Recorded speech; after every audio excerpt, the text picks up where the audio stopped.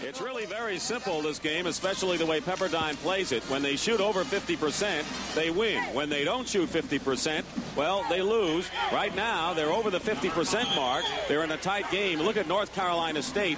Look how many more shots they have. Pepperdine just not doing the job off the board. They're not. And, you know, Pepperdine shoots such a high percentage because they get good percentage shots. They usually get the rebound, run it down the floor, and get that good 15-footer. They'll shoot the 15-footer if they get it. But when you're being dominated on the boards, there's a tendency to not run because you've got to concentrate so much. The guards have to stay in and control the boards. Dereck Whittenburg in the crowd brings it out, and in the ball game is Terry Gannon, the sophomore guard from Joliet, Illinois, number 24, and he hits the shot. Well, if there's a man to come in off the bench for North Carolina State who can hit the shot, it's Terry Gannon, who's a 53% shooter. Coming right back is Victor Anger, the center from Oxnard, California. So I think for the first time we've had baskets by both teams in successive times up the court. 12-10, Pepperdine leading, 11:45 remaining in the first half. Thurl Bailey misses, so he has not hit a shot yet.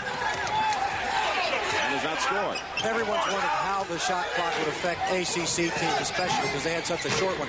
I'm seeing the effects right now. 9 out of every 10 shots they've taken has been a bad shot. There you see Suttle with a nice jumper. 54% from the field, a great free throw shooter. If he played at a bigger school, some people say all you've been hearing about would be Dane Suttle. But he plays at Pepperdine. Of course, this is a chance for them to prove themselves. Gannon, who hit his last shot, misses this time. Thurl Bailey tries to keep it alive. And also in the ballgame, Alvin Battle, a 6'7 junior. So going to his bench early is Jim Valano. And there is Alvin Battle, the junior from Rocky Mount, who had a fine game against Virginia in the ACC championship game. And Orlando Phillips, who's the best inside player for Pepperdine, has quickly picked up his third personal foul. 11:05 remaining in the first half. Dick Stockton and Steve Grody here at Corvallis. Pepperdine leading North Carolina State 14-10. NC State unable to hit their shots, but they've had a bundle. Now, I'm saying these are bad shots that they're taking, but evidently these are the shots they've taken all year long, and maybe they're just not falling. Like you said, they can't change now after 27 games. Whittenburg hits the shot outside. Dereck Whittenburg, not a 50% shooter, but a clutch shooter during the season, and Pepperdine lead cut to 14-12. Keep in mind, at the conclusion of tonight's championship game, Steve Grody and I will select a Chevrolet player of the game from each team. Suttle turn around and is fouled by Dereck Whittenburg. Orlando Phillips on the bench with 3 fouls. And so going the foul number 25 into the game was Grant Gondrezick, a 6'4 swingman. So Gondrezick is in there along with Anger, Sadler, Suttle, and Wilson. And on the line is Dane Suttle, 84% free throw shooter. You did it to him. But with Orlando Phillips on the bench, it goes without saying. You lose 20 points a game, 9.5 rebounds a game. Plus, the other thing is when you can go inside, you kick it back out. You got all those nice 15-footers for Suttle and the rest of the boys. 3-point lead for Pepperdine. They've led all the way in this game. 10:20 remaining in the first half. We expected a running game. We've had anything but. Terry Gannon. Lowe. Whittenburg again. And Whittenburg hits. And if you're a good shooter, as Dereck Whittenburg is, you don't stop firing away, because that's what got him here. And so Pepperdine lead cut to 1 now with 10 minutes to go in the first half. Dwayne Suttle. See how often they go to Suttle. Knocked out of bounds, and it's still Pepperdine ball. I really believe with Phillips out of the game now that you're going to see Suttle take over and possibly force a little bit more offensively.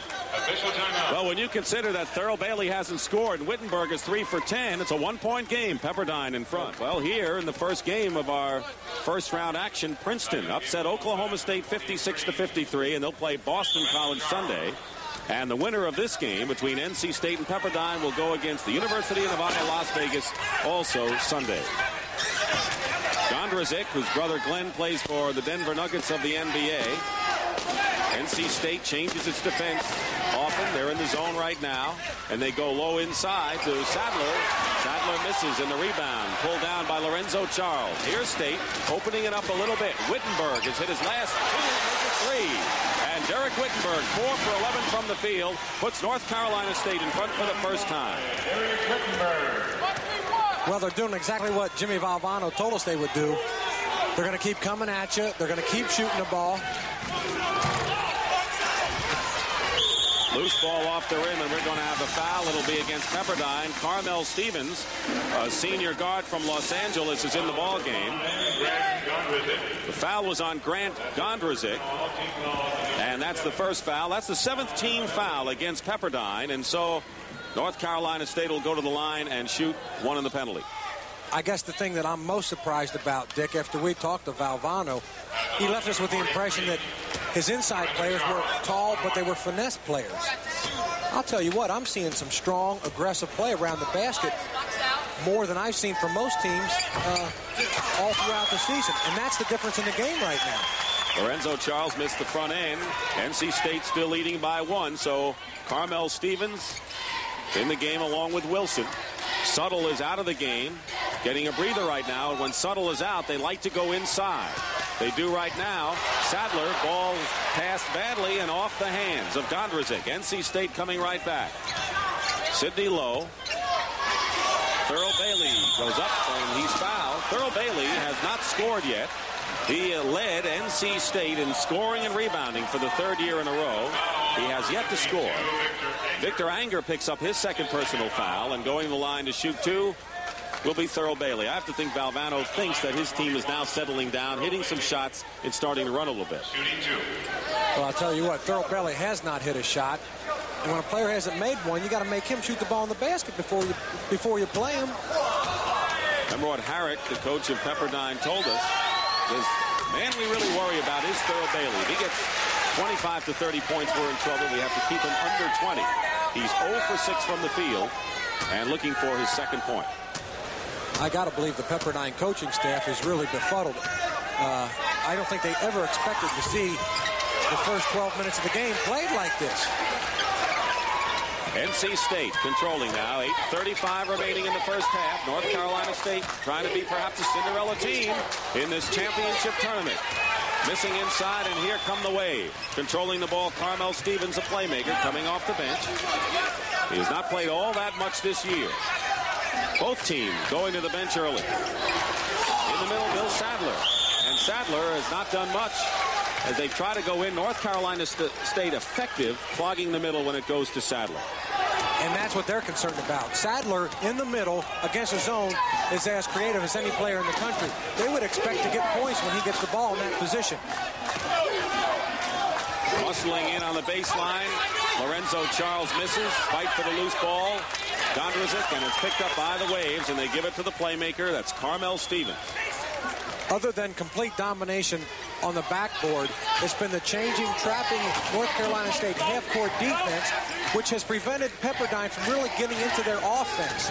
The shots that they normally get aren't there. And they can't get inside. You look at the clock, 7:35 remaining in the first half.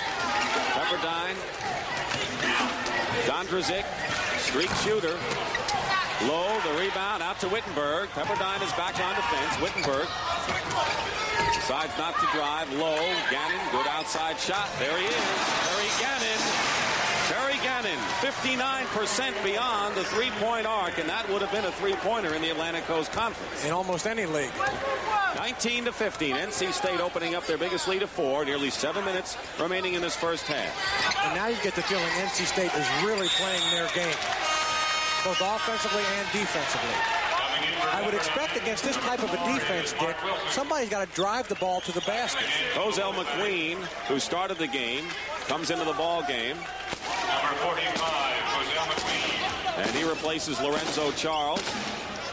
Also back in the game is Mark Wilson, the playmaker, who teams with Gondrezick at guard. Suttle is in there too, and McQueen might have got a hand on that shot inside by Anger.